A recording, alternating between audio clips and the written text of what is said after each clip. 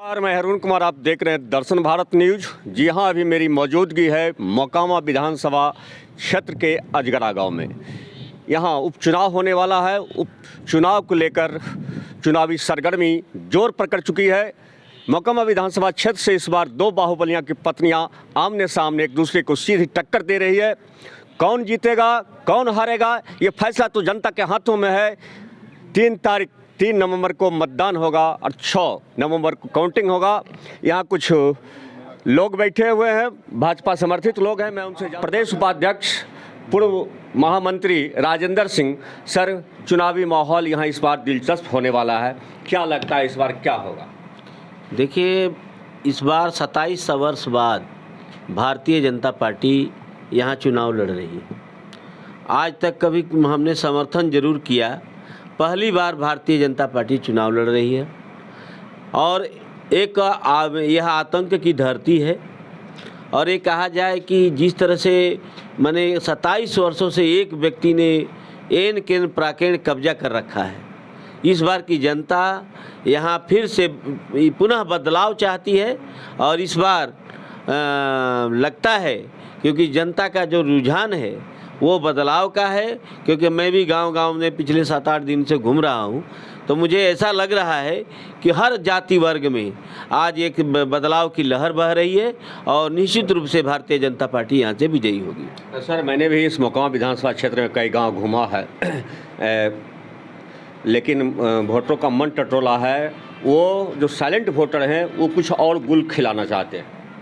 देखिए, जो silent voter है वही भारतीय जनता पार्टी के वोटर हैं, क्योंकि वो चुपचाप इसलिए हैं क्योंकि उनको एक आतंक का डर है। यहाँ लोग घूमना नहीं चाहते, यहाँ एक दूसरे के साथ जाना नहीं चाहते, लेकिन वोट भारतीय जनता पार्टी को देना चाहते हैं।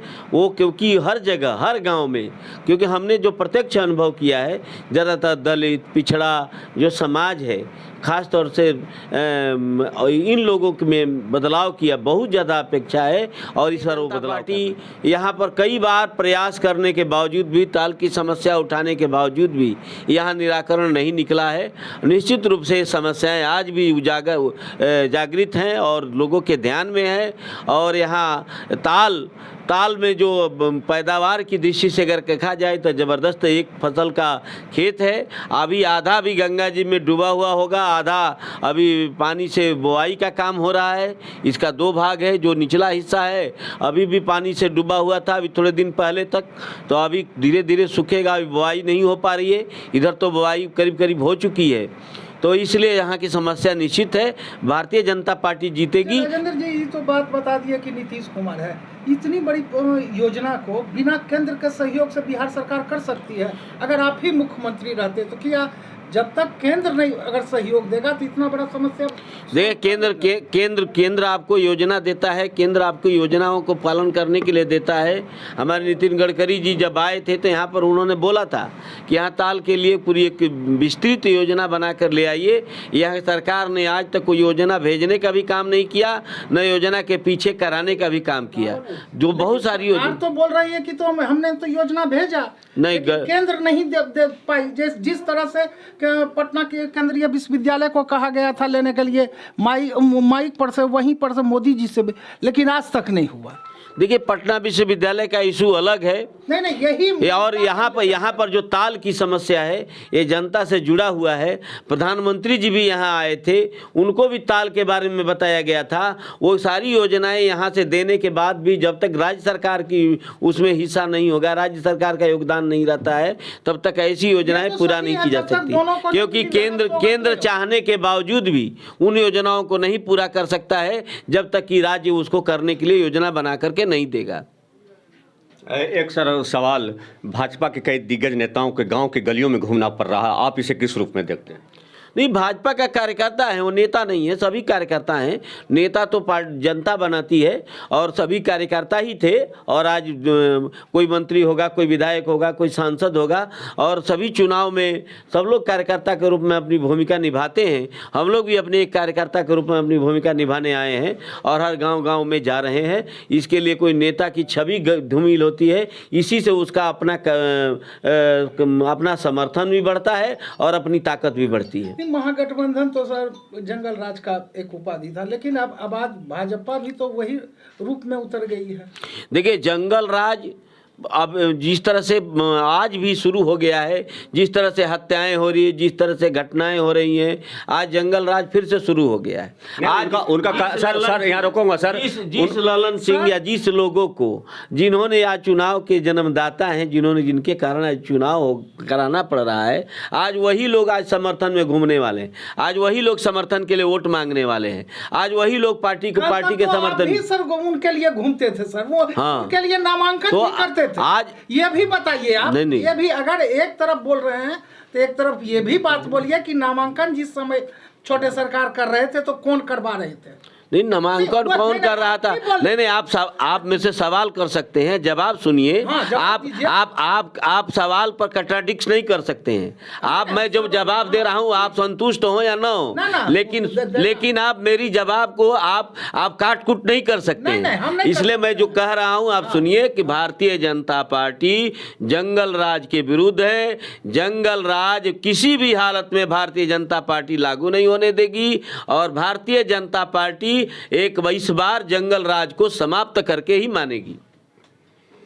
चलिए, हमारे साथ हैं बराहपुर पंचायत के पूर्व मुखिया हीरा बाबू, इनसे जानते हैं। हीरा जी, क्या लगता है इस बार क्या रहेगा? हम लोग अजय बहुमत से कमल का फूल छाप चुनाव जीत रही है।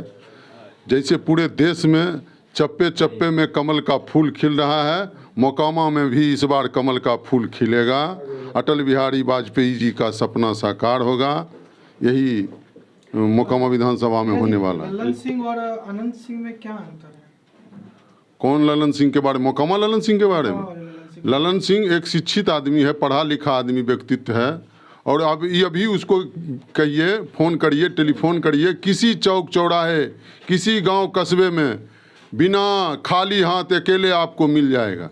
लेकिन अनंत सिंह में यही हिम्मत नहीं है कि किसी गांव और कस्बे में खाली हाथ पहुंच जाए। यही अंतर है उसमें। क्या आपको ये नहीं लगता है कि भाजपा के समर्पित कार्यकर्ता है इसलिए भाजपा के पक्ष में गुणगान कर रहे हैं, लेकिन जो जन की आवाज़ उठ रही है कि इस बार फिर अनंत सिंह जीतेंगे, मोदी ही क्यों ना आके खड़ा हो जाए, पीएम मोदी, लेकिन इनको कोई हरा नहीं सकता। 2000 ईस्वी में अनंत सिंह स्वयं दिलीप सिंह के छोटे भाई थे, और उस समय भी उन्होंने टाल के इलाका में बहुत तावंड मचाया था। लोगों को बीच में उन्हें कहा कि हमने शाम जब हुआ तो कहा कि मैंने तो चुनाव जीत चुका हूं, लेकिन जब वोट की गिनती हुई तो 70,000 से चुनाव हार गए। और उसी तरह का माहौल, उसी तरह का समय आ गया है, और जमानत बचने वाला नहीं है अनंत सिंह का। 80,000 से आप जीत जाइएगा। 80,000 हो, 70,000 हो, लेकिन जीतेंगे जरूर, बहुत वोट से। अनंत सिंह को उतनी हार होगी जितना वोट मेरे पास आएगा, जितना उनको वोट आएगा उससे ज़्यादा वोट से हम चुनाव जीतने जा रहे हैं।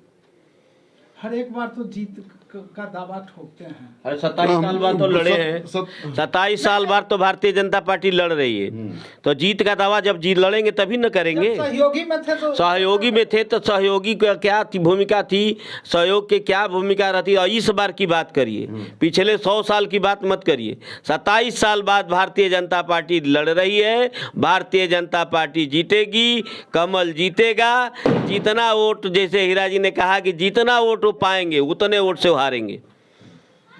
चलिए, सुन रहे थे नेताओं की बात। मतगणना 3 नवंबर को होगा, फैसला जनता के हाथों में है।